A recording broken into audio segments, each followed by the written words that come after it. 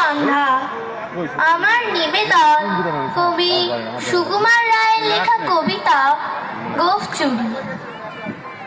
Head অফিসের বড় বাবু লোকটি বড় শান্ত, তার যে এমন মাথার ব্যামো কেউ কখনো জানতো।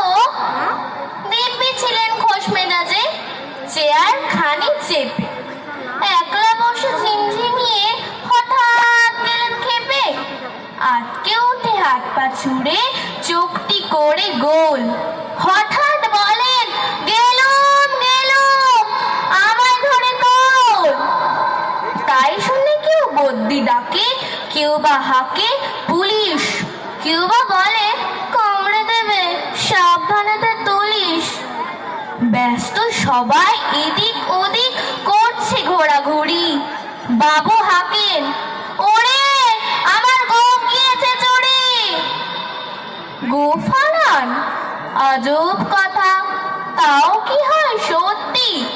গোঁফ জোড়া তো তেমনি আছে, কমেনি এক রত্তি। সবাই তারে বুঝিয়ে বলেন সামনে ধরে আয় না, মোটেও গোঁফ হয়নি চুরি, কখনো তো হয় না। রেগে আগুন তেলে বেগুন, তেরে বলেন তিনি কারো কথায় ধার ধারি নেই, সব বেটাকে চিনি। নোংরা ছাটা খেংরা ঝেটা বিচ্ছিরি আর ময়লা, এমন গোঁফ তো রক্ত জানি শ্যাম বাবনের গয়লা। গোঁফ যদি আমার বলিস করবো তোদের জবাই। এই না বলে জরিমানা করলেন তিনি সভায়। ভীষণ রেগে ভীষণ খেয়ে দিলেন লিখে খাতায়, কাউকে বেশি লাই দিতে নেই, সবাই চড়ে মাথায়। অফিসের এই বাঁদরগুলো মাথায় খালি গোবর, গোঁফ জোড়া যে কোথায় গেল কেউ রাখে না খবর। ইচ্ছে করে এই বেটাদের গোঁফ ধরে খুব নাচি, মুখ্যগুলোর মুন্ড ধরে কোদাল দিয়ে চাচি।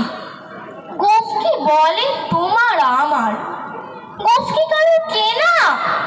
গোঁফের আমি গোঁফের তুমি, তাই দিয়ে যায় চেনা।